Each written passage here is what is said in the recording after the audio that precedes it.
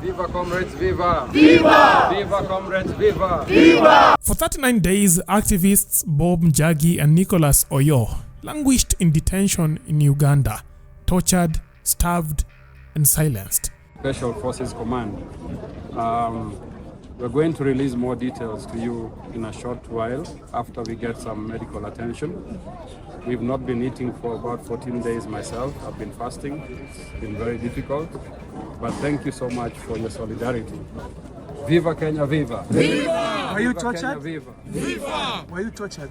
Yes, we were tortured, but we're going to give you details. Shame on you, Museveni! Shame on you! Shame on you! Shame on you! Shame on you! When they finally touched down on the Kenyan side of the Busia border, pale but free, it looked like a rare win for Musalia Mudavadi's Ministry of Foreign Affairs under Ruto's leadership.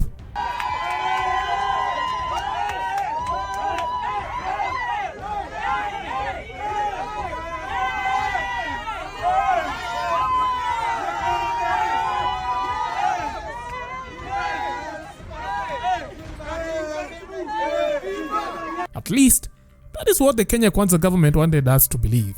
Mudavadi, now Kenya's de facto foreign minister, wasted no time claiming credit. In a triumphant statement, he praised the sustained diplomatic engagement between Kenya and Uganda. He even mentioned writing a letter to Uganda's foreign minister, General Odongo Jeje Abubakar. According to Mudavadi, that letter and what he called open and constructive communication did the job. I personally addressed to Honorable General Odongo Jeje Abubakar, Minister of Foreign Affairs of the Republic of Uganda. Both governments maintained open and constructive communication that has culminated in the safe release of our nationals. Now, what he didn't mention was the actual trigger that secured the release. It turns out it wasn't penmanship or diplomatic charm that brought Bob and Nicholas home. It was an old political heavyweight, one Musalia Mudavadi failed to name. And that was former President Uhuru Kenyatta. Chairman of the Free Kenya movement. I'm so delighted to be back home. I want to thank all Kenyans for standing in solidarity with us. Mostly we have the media, the Fourth Estate, for putting our story almost on a daily basis. The human rights organizations, Amnesty International, LSK for the Hubers Corpus. We have the Defenders Coalition, KHRC, Vocal Africa, you know them all. We want to thank you so much for standing with us all through this time.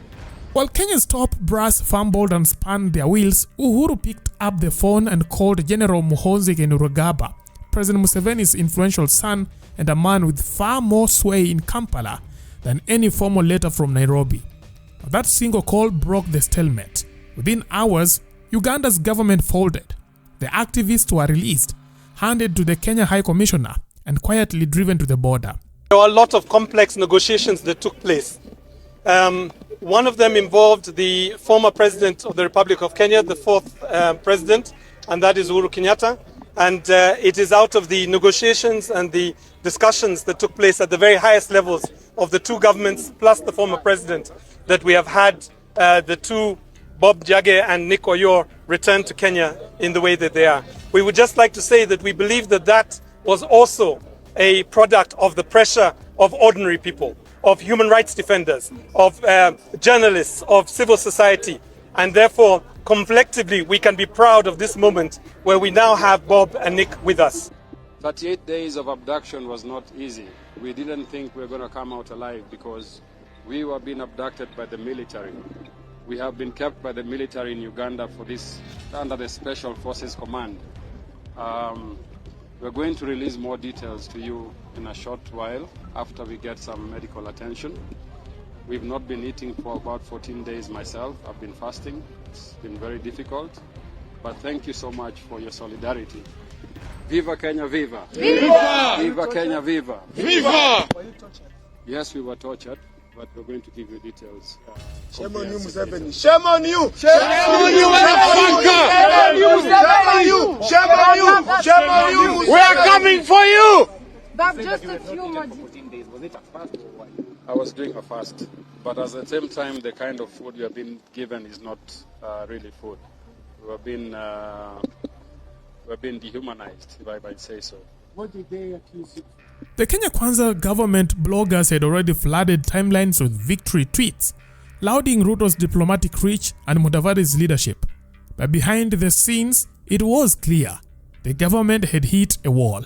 Issued this urgent and firm statement demanding the immediate and unconditional release of Bob Njagi and Nicholas Oyo, two Kenyans, citizens and human rights defenders who have been abducted and lawfully detained and held in Ugandan military facility. Repeated appeals to Uganda authorities were ignored. Plans fizzled. Pressure from Nairobi had become background noise. Kenyan government, through the Ministry of Foreign Affairs and Diaspora Affairs, takes immediate diplomatic action and formally demands their release. Number 3, that Ugandan authorities stop targeting foreign activists and comply with the international human rights obligation. He's not a criminal to be a human rights defender. So tunaambia Mudavadi, the back stop with him. Tunaambia bunge letu la Kenya, they must intervene. We want Bob Njagi arudi haraka iwezekanavyo akiwa safe. In the end, it took a retired president with no official portfolio and no press conference to deliver what the government couldn't. In fact, one of Uhuru's close allies later admitted what many had suspected. Just as in several recent instances where the Kenya government has faced difficulties in securing the release of citizens detained abroad, the situation was no different for Nicholas Oyo and Bob Njagi, who had been held incommunicado in Uganda. While our government made some efforts to intervene, including writing protest letter, they failed to get a breakthrough until former President Uhuru Kenyatta personally placed a call to General Muhoozi Kainerugaba. It was this intervention that finally broke the deadlock, leading to the duo's release and subsequent handover to Kenyan authorities. Before us, 38 days is too long. An enforced disappearance is an international crime, and we have to say that what happened to Bob and Nick is illegal and unlawful. Therefore, justice has to be sought. Having said that, we are thankful to all the people across the world that wrote petitions, that signed emails, that spoke out, that traveled to Kampala to basically lobby. We are also thankful for the cooperation that it took between the two governments to be able to pull this moment together. We are thankful, first and foremost, to the people of East Africa. We know that they continue to believe in human rights, they continue to want to defend them, and we continue to defend their rights as well. Over the next few days, some people have already asked, is there going to be another press conference? Once Bob and Nick have had time to decompress, to rest, and to find their strength, they will have time to talk more about what they went through. But for now, we just need to tell the world that Bob and Nick are free.